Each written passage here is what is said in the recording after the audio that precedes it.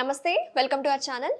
ఈ మధ్య కాలంలో చాలా మంది సఫర్ అవుతున్న కామన్ ప్రాబ్లమ్స్ ఏంటంటే హెయిర్ ఫాల్, ఇంకా greying of hair. Greying of హెయిర్ని ఎలా తగ్గించుకోవాలి, అలాగే జుట్టు రాలిపోయే సమస్యని ఎలా కంట్రోల్ చేసుకోవాలి, మన ఇంట్లో దొరికే ఐటమ్స్ తోటి న్యాచురల్గా మనం సెల్ఫ్ ట్రీట్మెంట్ ఎలా చేసుకోవాలి అని పూర్తి డీటెయిల్స్ మనకు అందించడానికి ప్రస్తుతం మనతో పాటు ఉన్నారు ప్రముఖ ayurvedic physician doctor Chelimela Srinivasarao garu. Doctor గారితో మాట్లాడి అసలు ఏం రెసిపీ ఈరోజు మనకు చూపించబోతున్నారో అడిగి తెలుసుకుందాం.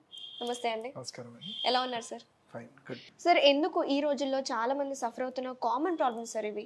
మరి హెయిర్ లాస్ కానీ లేకపోతే గ్రేయింగ్ ఆఫ్ హెయిర్ అనేది ఎందుకు జరుగుతుంది అంటారు? రీజన్స్ ఏంటి? ముందుగా చూసుకుంటే యాక్చువల్లీ హెయిర్ ఫాల్ కానీ గ్రేయింగ్ ఆఫ్ హెయిర్ అనేది ఇది జెనెటిక్ ఫ్యాక్టర్ మీద డిపెండ్ అయి ఉంటుందమ్మా. ఓకే. అయితే జెనెటిక్ అంటే ఆండ్రోజెనెటిక్ అలోపేషియా అని హెయిర్ ఫాల్ని అంటాము. అలాగే ఫీమేల్స్లో ఉంటే ఫీమేల్లో కూడా అంటాము, ఫీమేల్ జెనెటిక్ ఫ్యాక్టర్స్ ఉన్నప్పుడు. అయితే వాటితో పాటు కారణాలు మనం తీసుకునే ఫుడ్ కానీ పొల్యూషన్ కానీ మన మెటబాలిజం ఎప్పుడైతే తగ్గిపోతుందో ఫస్ట్ మనకి చూపెట్టే సిమ్టమ్ హెయిర్ ఫాల్. అలానే మనకి హెయిర్లో కూడా మన స్కిన్ కలర్ ఎలా ఉంటుందో, పిగ్మెంట్స్ ఎలా అబ్జర్వ్ చేస్తుందో హెయిర్లో కూడా ఈ మెల్నోసైట్స్ అనేవి కలరింగ్ని అబ్జర్వ్ చేసేవి. ఎప్పుడైతే మనము న్యూట్రిషియస్ ఫుడ్ కానీ లేకపోతే మినరల్స్ మన బాడీకి రీచ్ అవ్వవు ఫర్ వేరియస్ రీజన్స్, కొన్ని సందర్భాల్లో కొన్ని డిసీజెస్, ఫర్ ఎగ్జాంపుల్ లో హిమోగ్లోబిన్ తగ్గినా, జింక్ తగ్గినా, ఇలాంటి వాటి వల్ల కలరింగ్ ఏజెంట్స్ అనేవి హెయిర్కి ఉండదు. ఇవే కాకుండా నేను ఇంతకుముందు చెప్పినట్టు జెనెటిక్ ఫ్యాక్టర్. కాకపోతే జెనెటిక్ ఫ్యాక్టర్ అన్నప్పుడు ఏంటంటే 40 years వాళ్ళకి అన్నప్పుడు మనం కన్సిడర్ చేస్తాం. చిన్న ఏజ్లో ఉన్నప్పుడు ఈవెన్ జెనెటిక్ ఫ్యాక్టర్ అయినా కానీ దాన్ని మెయింటైన్ చేయడానికి కొన్ని పద్ధతులు చెప్తాం. సో వాటి చేసుకుంటుంటే డెఫినెట్లీ మంచిగా ఉంటుంది. ఇవే కారణాలు కాకుండా కొంతమంది హ్యాబిట్స్ అంటాం, లైక్ స్మోకింగ్ కానివ్వండి, ఆల్కహాల్ తీసుకోవడము, various some other medicines, hormonal medicines కానివ్వండి, స్టిరాయిడ్స్ లాంటివి తీసుకున్నప్పుడు కూడా హెయిర్ ఫాల్ అనేది చూస్తూ ఉంటాం. ఓకే. సో ఈరోజు మా వ్యూవర్స్కి మీరు ఎలాంటి సెల్ఫ్ ట్రీట్మెంట్ మనం న్యాచురల్గా ఇంట్లో దొరికే ఐటమ్స్ తోటి ఏం చేసుకోవచ్చు అంటే ఒకసారి చూపిస్తారా? జనరల్గా మనల్ని అడుగుతూ ఉంటారు, అంటే హెయిర్ మీరు చూస్తూ ఉంటారు మార్కెట్లో చాలా హెయిర్ ఆయిల్స్ ఉంటుంటాయి. అయితే కొన్ని సందర్భాల్లో కొనలేని వాళ్ళకి ఏంటి అన్నప్పుడు ఇంట్లోనే చేసుకొని ఈ హెయిర్ ఆయిల్ అనేది ఏంటంటే బేసిక్గా మనం అర్థం చేసుకోవాల్సింది అంటే హెయిర్ ఫాలికల్స్ లో స్టిమ్యులేషన్ పెంచి ఆక్సిజనేషన్ పెంచడానికి.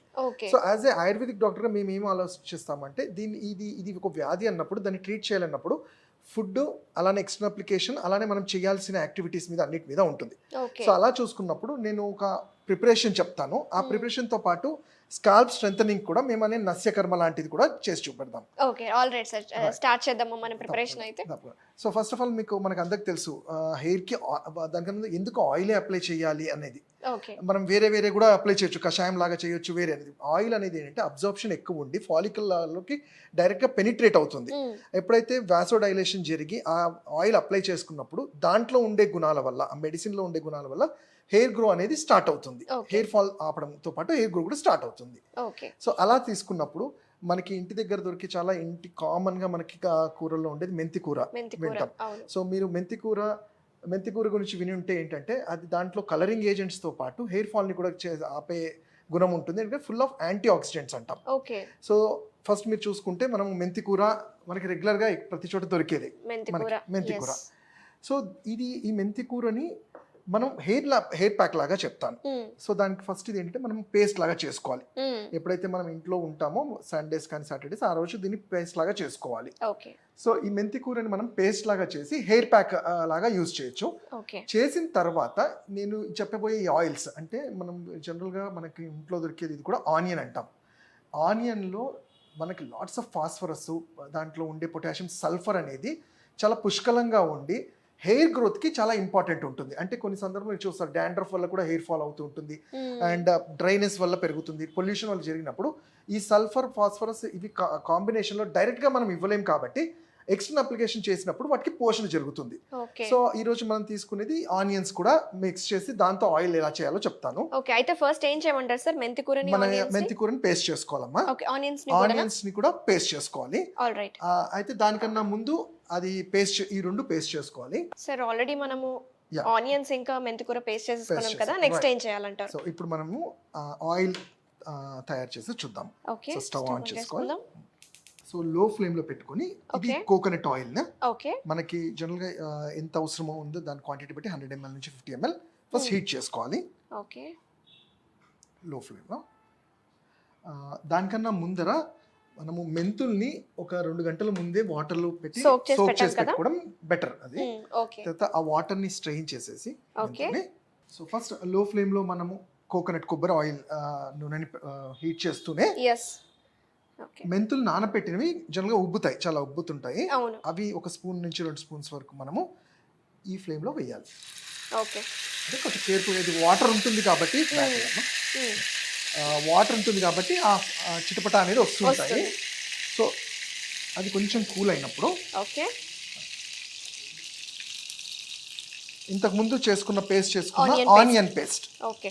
ఆనియన్ పేస్ట్ని కూడా దీన్ని కూడా వాటరీగా ఉంటుంది, బట్ అది తీసి మనము ఈ పేస్ట్ లాంటిది తీసుకొని కొంచెం ఇందులో మిక్స్ చేయాలి. ఓకే. ఎందుకంటే అది ఆల్రెడీ వాటర్ కంటెంట్ ఉంది కాబట్టి ఇట్లా మనకు వస్తుంది.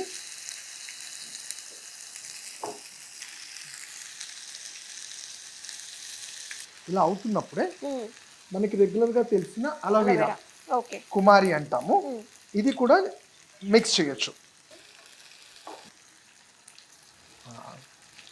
ఇది కూడా వేసి ఓకే. సో ఇట్లా ఆయిల్ చేస్తుంది, మీరు చూసుకోవచ్చు అది కొంచెం బ్రౌనిష్ కలర్లో వస్తుంటుంది. అప్పుడు మనం ఆఫ్ చేసేసి దాని అంతా కూల్ అయ్యే వరకు వెయిట్ చేయాలి మనం. ఓకే. సో ఈ లోపల ఈ ఆయిల్ని మనము కొంచెం కూల్ అయిన తర్వాత స్టెయిన్ చేసుకొని మనం రెగ్యులర్ యూస్కి పెట్టుకోవాలి.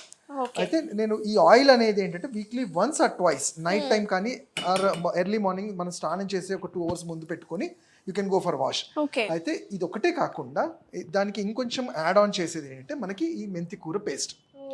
ఈ మెంతి కూర పేస్ట్ ఎప్పుడైతే మనము హెడ్ బాత్ చేయాలనుకుంటామో ఆ రోజు డైరెక్ట్గా పేస్ట్, దీన్ని ఏం చేసేది లేకుండా కొంచెం ఫ్రీ హ్యాండ్ తీసుకొని స్కాల్ప్లో అప్లై చేయడం. మనం హెయిర్ ప్యాక్స్ ఎలా పెడతామో అలా హెయిర్ ప్యాక్ లాగా పెట్టి ఒక 15 to 20 minutes. అయితే ఈ హెయిర్ ప్యాక్ చేస్తున్నప్పుడు ఇదే ఆయిల్ 1 teaspoon యాడ్ చేయాలి. సో ఇప్పుడు మనం చేసుకున్న ఈ ఆయిల్ని పేస్ట్లో యాడ్ చేసి ప్యాక్ లాగా పెట్టుకో 15 minutes, హాఫ్ అన్ అవర్ తర్వాత వాష్ చేసుకోవచ్చు. ఇది అయితే మీరు అడిగారు ఇంతకు ముందు, అంటే మరి ఈ ఆయిల్తోనే హెయిర్ ఫాల్ కంట్రోల్ అవుతుంది అంటే, జనరల్గా చెప్పాలంటే హెయిర్ ఫాల్ అనే దానికి చాలా మెకానిజం ఉంటుంది. ఫాలికల్కి స్ట్రెంగ్త్ రావాలి. సో అలాంటప్పుడు మేము ఆయుర్వేదంలో ఏంటంటే నస్యకర్మ అంటాం. మీరు చూసే ఉంటారు, ముక్కులో ద్వారా కొన్ని డ్రాప్స్ వేస్తాము. ఎందుకు అంటే అది మ్యాక్సిమం ఈ స్కాల్ప్లో ఆక్సిజనేషన్ పెంచడానికి, అన్నప్పుడు దానికి కూడా సింపుల్గా మనకి ఇంట్లో దొరికే నెయ్యి, ఆవు నెయ్యిని కాస్త వేడి చేసుకుంటే ఇలా ఆయిల్ లాగా అవుతుంది. ఎప్పుడైతే మీరు ఈ హెయిర్ ప్యాక్, ఈ ఆయిల్స్ అప్లై చేయాలి, స్నానం చేసుకుంటే ఆ రోజు మార్నింగే చిన్న కాటన్ లాంటిది తీసుకొని దాంట్లో ముంచి కొంచెం ఆయిల్ లాగా ఉన్నప్పుడు ముంచి కొంచెం హెడ్ని ఎలివేటెడ్ పొజిషన్లో పెట్టుకొని డ్రాప్స్ లాగా స్క్వీజ్ చేసి డ్రాప్స్ లాగా వేసుకోవాలి. ప్రతి ముక్కులో 4 చుక్కల వరకు వేసుకోవచ్చు. వేసుకొని పీల్చుకొని ఒకవేళ కఫం లాగా వస్తే ఉంచేయాలి. ఇది అయిన తర్వాత ఎప్పుడైతే మనం అనుకున్నట్టు ఈ హెయిర్ ప్యాక్ లాంటిది అప్లై చేసి హెయిర్ వాష్ చేసుకున్న తర్వాత మళ్ళీ ఇదే ఆయిల్ని స్కాల్ప్లో మంచిగా అప్లై చేసుకోవాలి. సో ఫస్ట్ ప్యాక్ వేసుకోవాలి, తర్వాత కొంచెం సేపు అయిన తర్వాత హెయిర్ వాష్ చేసుకొని ఆయిల్ అనేది స్కాల్ప్కి బాగా అప్లై చేయాలి. ఎగ్జాక్ట్లీ. సో దాంతోపాటు నేను చెప్పినట్టు ఈ నస్యకర్మ కూడా చేయటం వల్ల మంచి జుట్టు అనేది, దానికి కావాల్సిన పట్టు అనేది దొరుకుతుంది. సో హెయిర్ ఫాల్ అనేది జరగదు. Very nice. సో ఇది ఆయిల్ మనకి మరుగుతుంది కదా సార్ ఇక్కడ. సో ఫస్ట్ ఇది మనము చూసారు కదా బ్రౌన్గా కొంచెం బ్రౌన్ అయింది. సో దీన్ని మనం స్ట్రెయిన్ చేసుకొని బౌల్లో వేసుకోవాలి. ఓకే, స్ట్రెయిన్ చేసేస్తున్నాం సార్.